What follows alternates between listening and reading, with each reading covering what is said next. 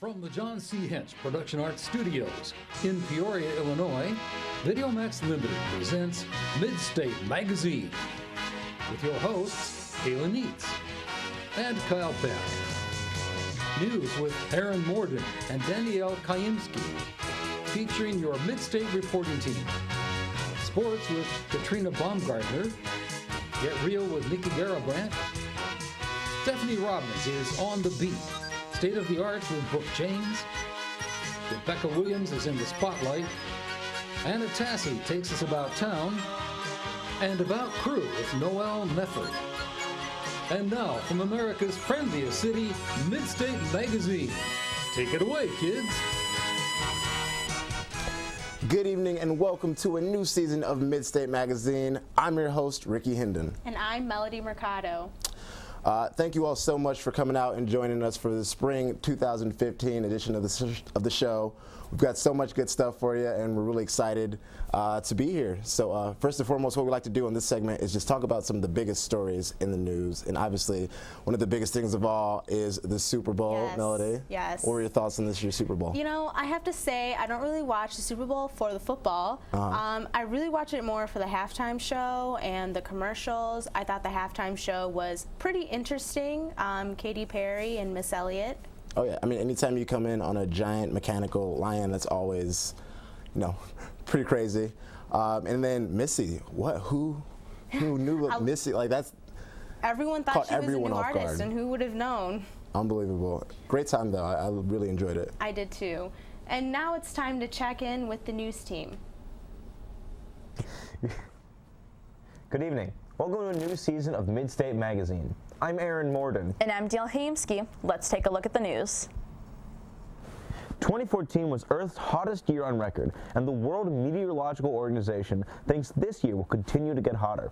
Global temperatures have been steadily increasing since 1979, making 2014 the 38th consecutive year with record high temperatures. According to climate tracking sources, over 90% of human-induced global warming goes to the oceans, a key reason surface temperatures haven't appeared to warm as quickly. 2015 is predicted to shatter even last year's record, continuing the rising trend. Tremont School District is one of 15 in Illinois trying new ways to teach elementary school students math. In this new, innovative curriculum, students are working together and using visual aids and real-world concepts to teach practical applications of topics taught in the classroom. This is intended to be a new way for school districts to adapt to the new Common Core state standards without a complete upheaval of curriculum, which may prove to be difficult to elementary teachers. Peoria County officials are in the process of drafting a long-range plan to help the community increase its recycling and sustainability efforts. According to the Peoria Journal-Star, if garbage continues to fill the landfill at the rate it is right now, it could reach its limit within the next 10 years. The district hopes to have 50% of all residents and companies recycling in 5 years. Bradley men's basketball member Warren Jones was arrested Thursday morning for obstruction of identification and criminal trespass at Big Al's in downtown Peoria. Jones, the current leading scorer, described as the go-to guy and quite coachable by Peoria Journal-Star's sports editor Kirk Wessler, was allegedly in possession of a fake identification at an adult establishment along with his teammate Kadarrell Bell. Coach Gino Ford publicly apologized for the incident and said he would closely follow all disciplinary procedures. The amount of money the Peoria School District spent to take students to a Bradley basketball game was questioned during Monday's school board meeting. A retired teacher at District 150 questioned how the trip promotes college readiness, while the superintendent argued that the trip is intended to demonstrate all the areas of college. The superintendent would not comment to reporters. After the State of the Union address, President Obama spoke with 3 YouTube content creators who together have almost 14 million followers. Although the stars are commonly considered to be for entertainment value, serious subjects were discussed, such as African-American relations with police, the new controversial usage of drones, and Boko Haram, a Nigerian terrorist group. The interviews are still speaking controversy, particularly around YouTube creator Glozell Green, a comedian whose video of her in a bathtub filled with cereal is causing some to question her credibility. Others argue that the president is simply trying to reach out to his younger audiences. Now let's go to Katrina for sports. Thanks, Danielle. 10 years removed from his last Super Bowl win, Tom Brady wasn't letting this one slip away. The brilliant Brady needed a huge play by an undrafted rookie to preserve New England's 28-24 Super Bowl victory over Seattle on Sunday night. But Brady's imprint was all over the Patriots' sensational fourth-quarter rally for their fourth NFL championship of the Brady-Bill Belichick era. The Patriots had to survive a last-ditch drive by the Seahawks, who go to the one, helped by a spectacular juggling catch by Jermaine Kearse. Then Malcolm Butler stepped in front of Ricardo Lockett to pick off Russell Wilson's pass and complete one of the wildest Super Bowl finishes. The potential shift to a 3-4 front hasn't tempered Jared Allen's enthusiasm about Chicago Bears' hiring of new head coach John Fox and defensive coordinator Vic Fangio. It's unknown how Allen might fit in Chicago's new defensive scheme in 2015, but the new coaching staff shouldn't have trouble finding new ways to best utilize the 5-time Pro Bowler's pass rushing skills. While most signs point to the Bears shifting to a 3-4 front, there's a chance the club could show some hybrid looks in 2015, as it's uncertain how quickly the personnel department can totally turn over the roster to fit the scheme. The baseball world gathered to remember one of the most positive, happy, and kind-hearted players ever to wear a Chicago Cubs uniform. The memorial for Ernie Banks on Saturday morning in Chicago was most definitely a celebration of his life and friendly attitude. Speaker after speaker reminded the crowd of baseball and political dignitaries, along with hundreds of fans in attendance and many more watching on television, that Banks was always what he appeared to be, happy-go-lucky with an ever-positive attitude about life and the Cubs. Almost every remembrance came with one of his famous sayings, most notably, "Let's play two." That's all for sports. Back to you, Danielle. Thanks, Katrina. A documentary photo project, Humans of New York, raised over $1 million in their fundraiser, Let's Send Kids to Harvard, raising money for a middle school in Brownsville, New York, the neighborhood with the highest crime rate in the city. The campaign was inspired by a young man named Vidal, who was originally featured on the popular Facebook page, commenting on his inspiring principle. The fundraiser exceeded its goal of $100,000 by over 10 times the amount. Funds over $700,000 will be used to start a scholarship for graduates of the middle school in Vidal's name. I think that's amazing. That's Definitely a huge goal to reach. Just with a simple campaign. Right. Well, that's all for news for the week. I'm Katrina Baumgartner. I'm Aaron Morden. And I'm Dil Chaimski. Have a great night and be sure to join us next week. Thanks, news team. You know, it is extremely unfortunate about the Warren situation with the Bradley basketball team. You know, the possibilities of what could have happened if he was playing with the game against Wichita, since they only lost by 3 points. Yeah, I mean, that would have been amazing if we had him. I mean, you would think that a player like that would make just a 3-point difference, maybe on national TV for being like a great team like Wichita. So it would have been nice, but it happens, you know, we all make mistakes. But sticking with the sports theme, the Super Bowl, going back to that, Yes. those commercials. Everyone's man. favorite part. Oh yeah, absolutely. So what was your favorite commercial? I have to say my favorite commercial was put on by Dove, and it was inspiring girls to have more confidence in themselves. Okay. And Remember that one. especially at a young age, because now people are finding that especially younger girls are having problems with confidence. And I think it's important to let younger girls know that be proud of yourself, of who you are. Yeah, you know, I love Dove and their campaigns. They're always trying to do things that are like good for the community, or just for their people and the people who love their products. So Dove is great. I really like the Doritos commercial where the guy was on the plane and then the hot mom comes by, but he doesn't know she's a mom yet. So that one was a lot of fun. But let's see where they took us on About Town for this segment. Not even the snow and cold can keep some dog owners away from letting their furry friends come out and play. Let's see why Laura Bradley Park is the place for dogs year-round.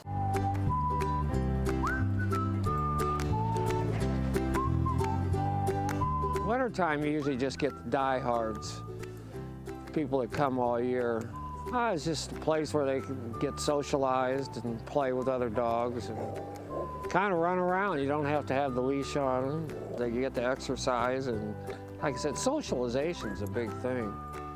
So that they're not aggressive to other dogs, and they get used to people too. Mine are so used to people, I don't think they'd be very good watchdogs anymore. They're too friendly. Dogs are commonly referred to as man's best friend. For David, life without his dogs would just not be the same.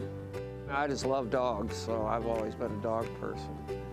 And they're kind of like my kids. All my kids grew up, so they're kind of like my kids now. These two are spoiled rotten. One's a German Shepherd and the other one's a Husky German Shepherd mix. So they're built for cold weather. Dogs come into our lives to teach us about patience and love. Whether you're a dog lover or not, there are countless benefits to having a furry friend. Well, they say it's proven that it's better for your health, your blood pressure. I think you should always have a dog. For Midstate Magazine, I'm Taylor Hurnett. Thanks, Taylor. Well, you've got to love that segment. I mean, who doesn't love dogs, right? I am a huge dog lover. Oh, yeah. Same here. Speaking of which, there's some great dogs up for adoption right now at the Peoria Humane Society.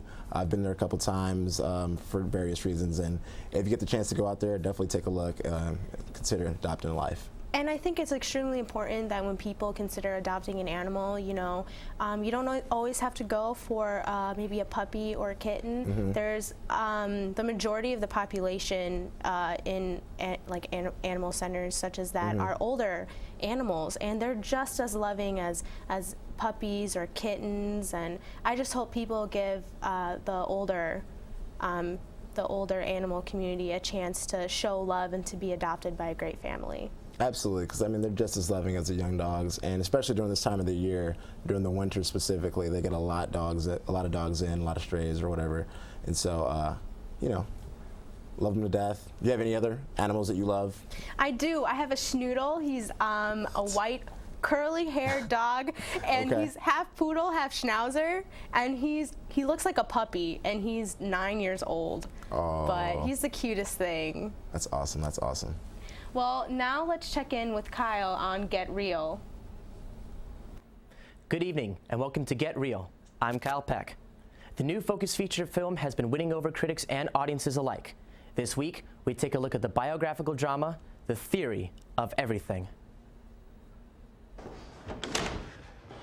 Leave me now.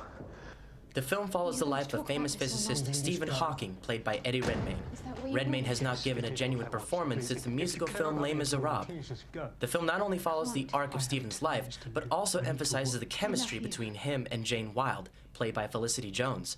They fall in love soon after Hawking is diagnosed with Lou Gehrig's disease at the age of 21. I want us to be together for as long as we've got, and if that's not very long, well, then that's just how it is. It'll have to do. You don't know what's coming. It'll affect everything.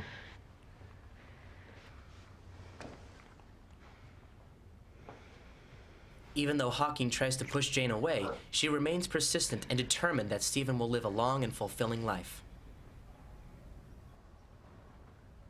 Jane was just so tenacious and persistent and constantly passionate about upholding Stephen's identity despite his physical deterioration. If you haven't seen it yet, definitely check out The Theory of Everything. It has already been nominated for Best Picture, Leading Actor, Leading Actress, Best Adapted Screenplay, and Best Original Score at the 87th Academy Awards. I personally give the film 5 out of 5 stars. That's it for this episode of Get Real. I'm Kyle Peck.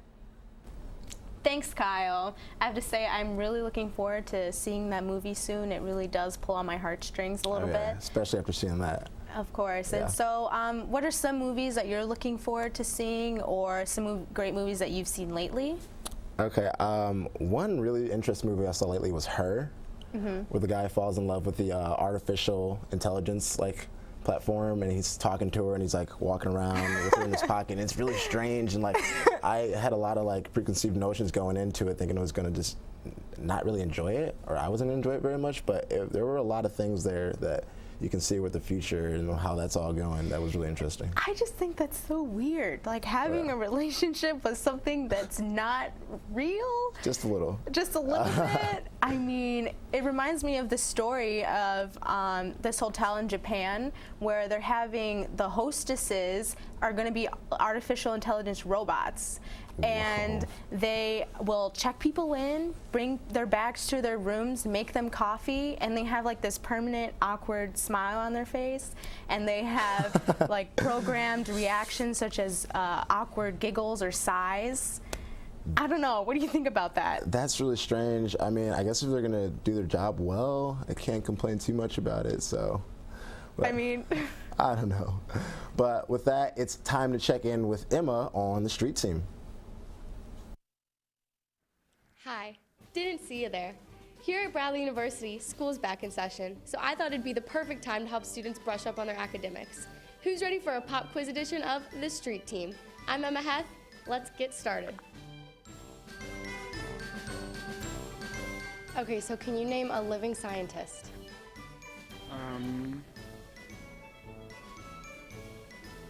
Like what kind of science? Any kind?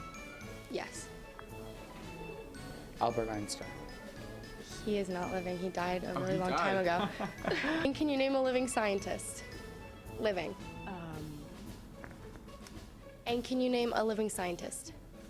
Stephen Hawking. Aren't all people scientists? And can you name a living scientist? No. And can you name a living scientist? Albert Einstein? Albert Einstein died. Can you name the 45th President of the United States? Oh, no. And can you name the 45th President of the United States? No, I can't. Any guesses? Obama. There's actually only 44 presidents, but good guess. And do you know the name of the 45th President of the United States? No. No? I don't. Any guesses? Richard Nixon? Can you name the 45th President of the United States? That I cannot. Any guesses on that one? I don't know. President Bush.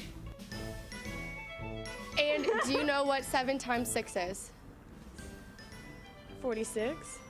Do any of you know what 4 times 6 is? 24. And do you know what 4 times 7 is? 28. Okay, that was easy.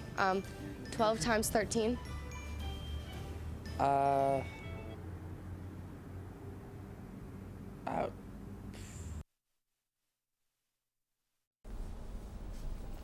All right, and thanks, Emma.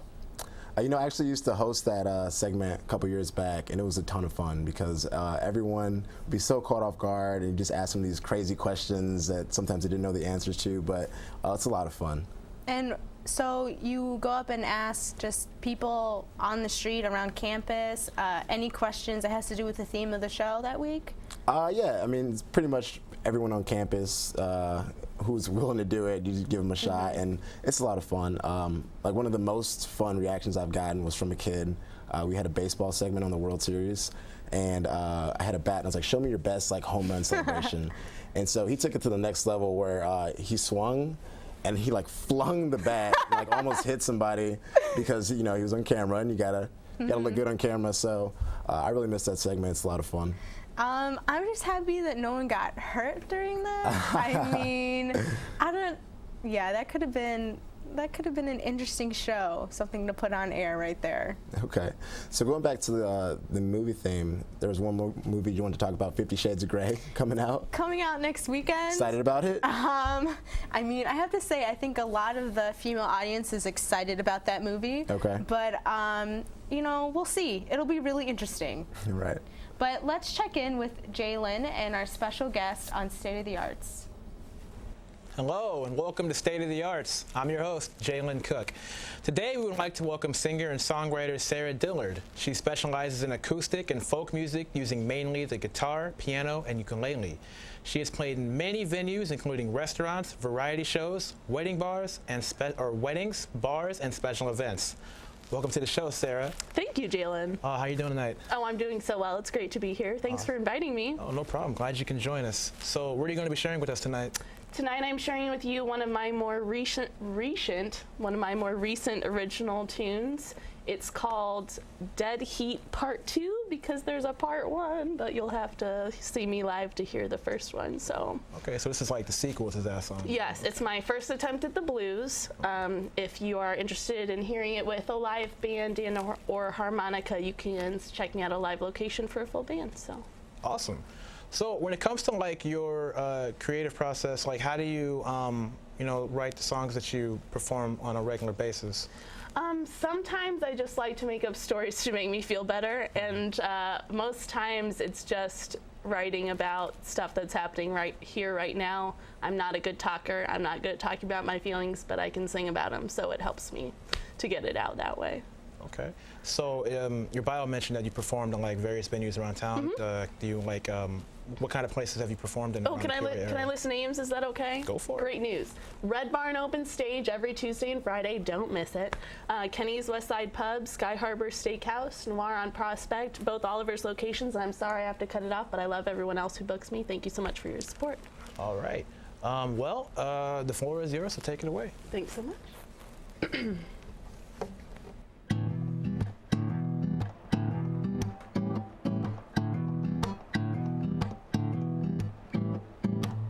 See you counting my rings. Don't look 'cause I'm doing the same thing. I'm sure you've seen prettier things, but you're getting tired of daydreams.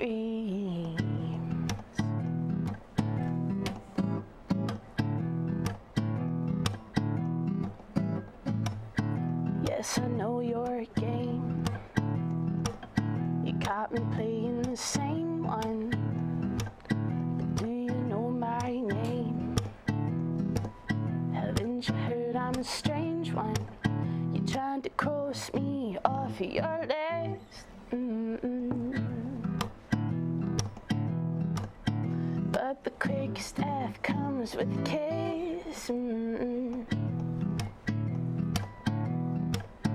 when they bury you, they'll have to shoot the devil away.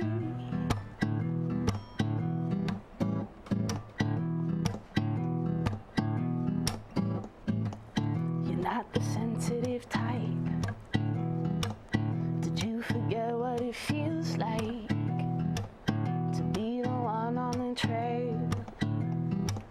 Been telling yourself some of those tall tales.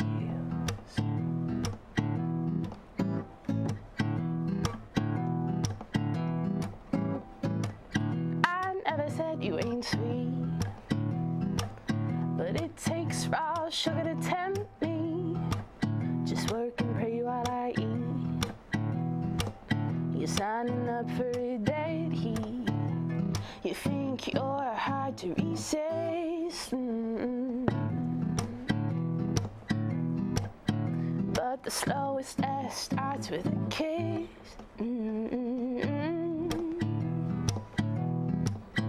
When they bury you, they'll have to shoot the devil away.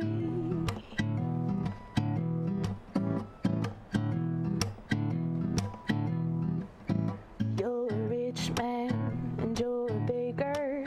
Oh, what a big man, you're trying to take her. Run, run, run, but you sure can't hide. You're old to talk, man, but you're the talker. Pick up a sweet thing so you can drop her. Run, run, run, but you sure can fly. You're just so hard to resist. But the quickest death comes with a kiss. And when they bury you, they'll have to shoot the devil away. Yes, when they bury you, they'll have to shoot the devil away. Oh, and they bury you, they'll have to shoot the devil away.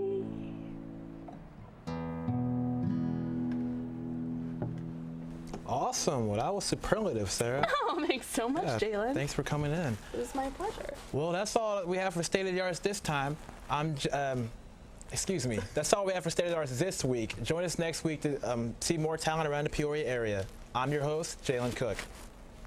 Thanks, Jalen. And you know, seeing State of the Arts reminds me that the Grammys is coming up on Sunday. Yes. Unfortunately, by the time our viewers view this, it'll have already happened, but it doesn't mean we can't make our own predictions. That's right, that's right. So let's talk about your favorite album, favorite artist. All right, well, let's start with favorite album.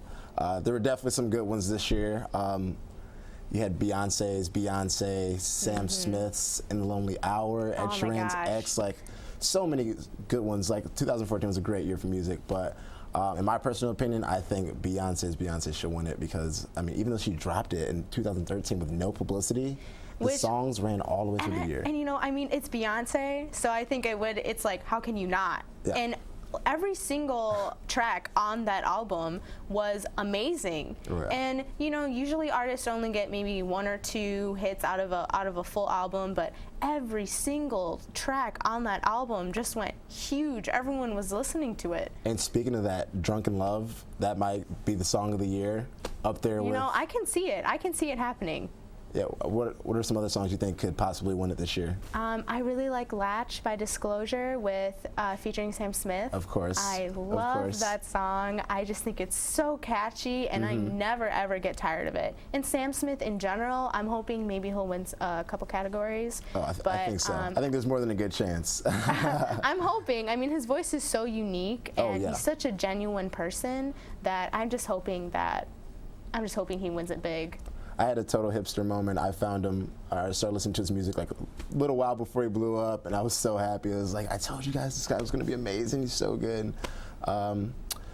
But with that, I don't know. Sam Smith's the man, though. I love him to death. I hope we get more artists like him that continue to do the singing in the R&B genre and make the most out of it. So. Of course. You know, we had a great show this week. We saw plenty of, you know, the dog park and the great artist that we had come in. She sounded amazing. So I wanted to thank everyone for coming in. Absolutely. And, well, that's all we have for Midstate Magazine this week. I'm your host, Melody Mercado. And I'm Ricky Hendon. Thanks for joining us, and we'll see you next week.